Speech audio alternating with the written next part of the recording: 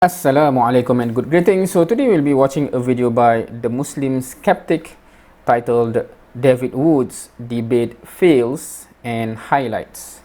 It has been quite some time since I last watched a video by the Muslim Skeptic or Daniel Haqiqatjou.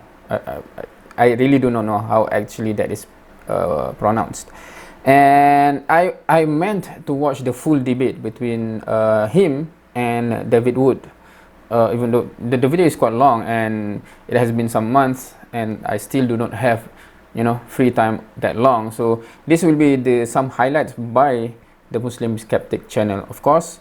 So it will highlight certain portion that perhaps depict David Woods in certain light. So I'm aware of that, but so we will see what is being highlighted here and see whether whatever we want to comment. With that, without further ado, let's watch. If somehow Christianity was dominant and you could privilege Christianity through policies that would, basically through force of law, privilege Christian belief, incentivize conversion to Christianity, even punish blasphemy, let's say, but you can strike that if you don't want it. There's still law and order. You're not forcing anyone to convert, but you're just establishing a system where Christianity is privileged. And you said right now that yes, you would want that kind of system because Christianity is the best. So you want a system. You want a system like you're the king, but you would have like a Muslim vice president or vice king, and your administration would have Hindus and Buddhists and Muslims because it's freedom and equality for all, right? According to your system, right? Let me just give you my view because it might help you understand things. Just answer the question. Just answer the question. You have these very long answers, David. There's a huge. You can just say yes or no. Why can't you say yes or no? There's a huge misunderstanding here. You assume that political power is good in the sense of if your group can get into political power, then you can implement your policies. I view political power as something that will corrupt people once they have it, almost inevitably. So if you take Christians who for 3 centuries never crossed their minds to get violent, suddenly you give them a bunch of political power, and they've been persecuted for centuries now. It's a pretty natural inclination to say, all right, now we have to stop and never be in that situation again. So let's go out and strive for to maintain this sort of political power. So you think that Christians should never have power? Because power corrupts, so Christians should never strive to have power. You want to live in a world where Christians are always being dominated by other groups? Not what I'm saying. Not what I'm saying at all. I'm saying there are 2 choices here, David. Christians are dominant. They have a dominant system that privileges Christianity, or Christians are being dominated. Those are the only 2 options, logically. Which one do you prefer? I would not trust a system where Christians dominate and enforce Christianity on other people. So you want atheists? You want atheists to be dominant? I don't trust any of them. That's the point. That's the point. That's the point. I don't trust anyone who's going to be implementing these kinds of policies. That's why if you're going to do anything, the best case scenario would be something that is best for the most people, where the government actually says, okay, there are certain things that we're not going to interfere with. If you guys get violent, then yes, we have to interfere with it. If one group is going to subjugate another group, Daniel, you're free to walk down the street and preach your religion. I'm free to walk down the street and preach my religion. You're not free to preach your religion. This is something else I wanted to respond to. You're not free to preach the Bible. Go to any European secular country. There are hate speech laws. In Finland, they just put someone in prison for sharing verses. Then they would be screwed up. Then that would be messed up. If you're punishing people it's hate speech. For hate speech. Yeah, it's hate speach. No. How is that? The secular justification is that these verses are hateful. You can't teach these verses. Because I don't. But that's the point. I don't want governments to have that kind of authority over people, because inevitably they become corrupt and start crushing people. It's very simple. Don't stop me from saying what I want to say unless I'm calling for violence or something like that. You're saying they're doing it too. Great. Then I don't like it when they do it. I don't like it when they do it. I don't like it when Muslims do it. If Christians do it, I wouldn't like it when Christians do it.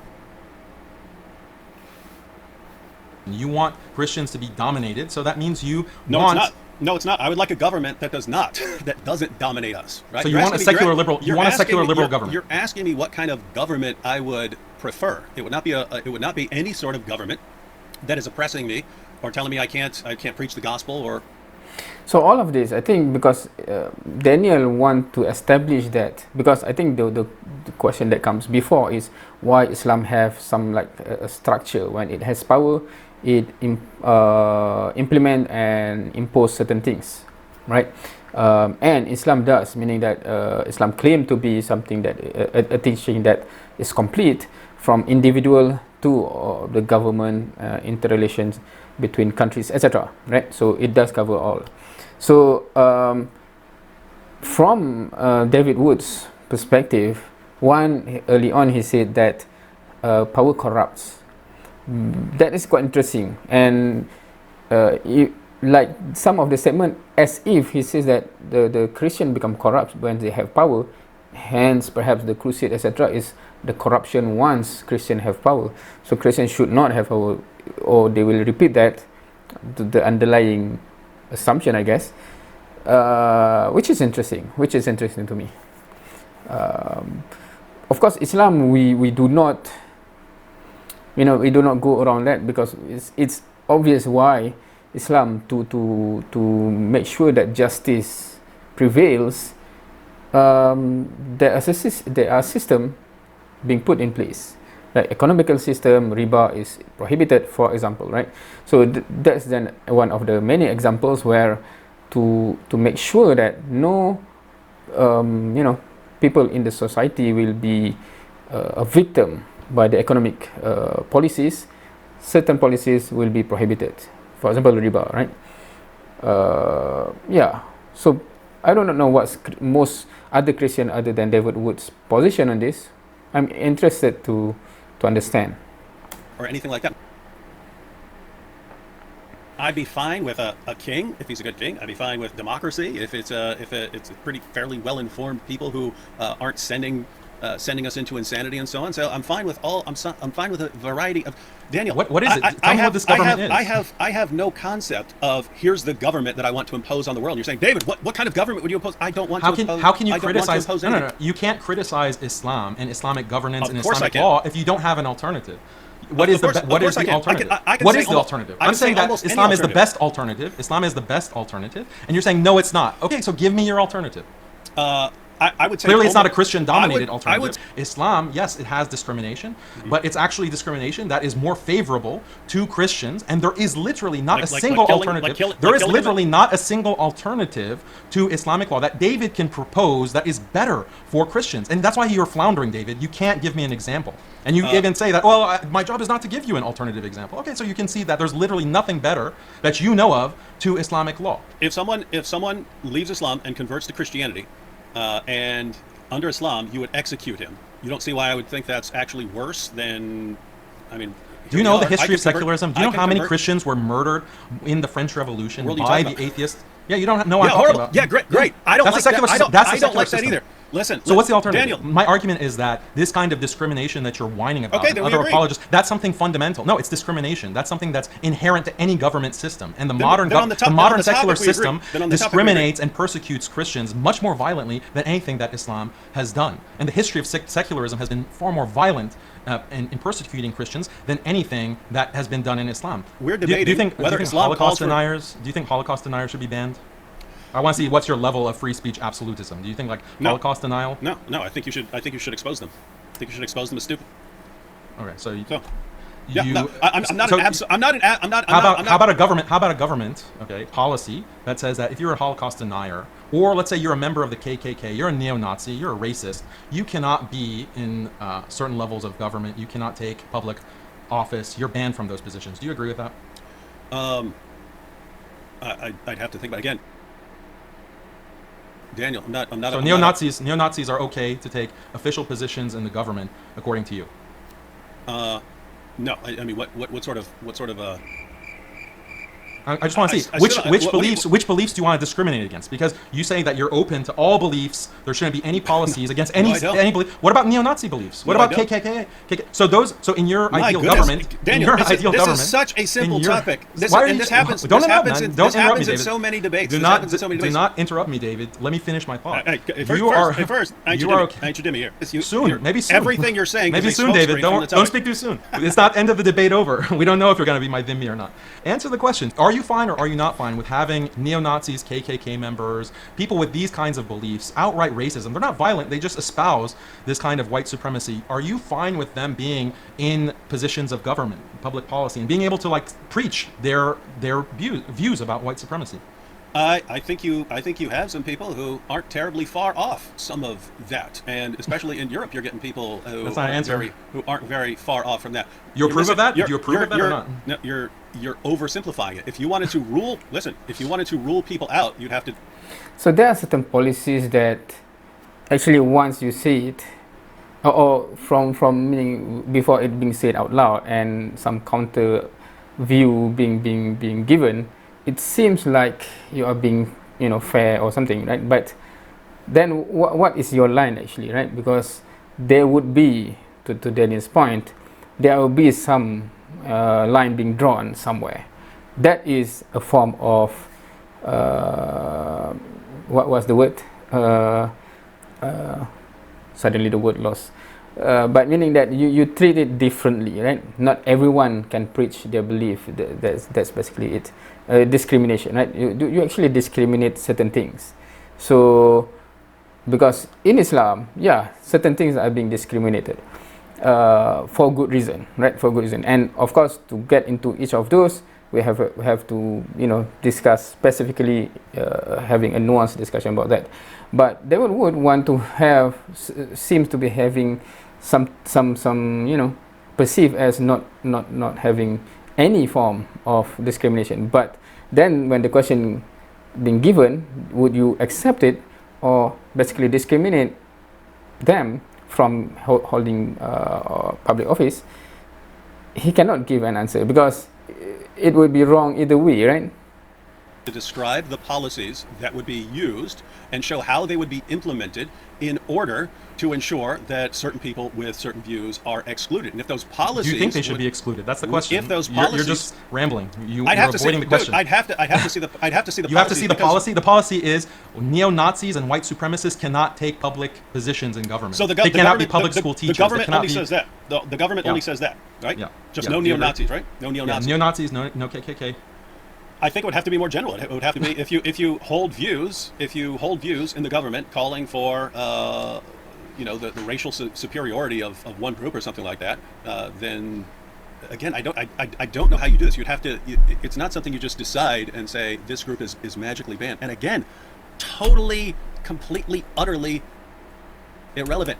Yes, it is relevant. It is relevant. So neo-Nazis. No. Don't try to weasel out of it. David, let me give you 5,000 hypothetical scenarios about a government and how to rule out neo-Nazis. Does Islam require the violent persecution of Christians? Following this, you're the one who talked about blasphemy. This is blasphemy. According to secularism, it is blasphemy. Because the Quran talks it is about blasphemy. Yeah, it is blasphemy. That's the topic of the debate. Dan, you can't. You're interrupting. Don't interrupt. Let me point out the inconsistency so you can understand it, and the audience can understand it. You started out by saying that you wouldn't want to ban any kind of people based on their beliefs. So presumably you're okay with Muslims, with Hindus, with Satan worshippers even, in government. You want everyone to have a fair, equal shot at being in government.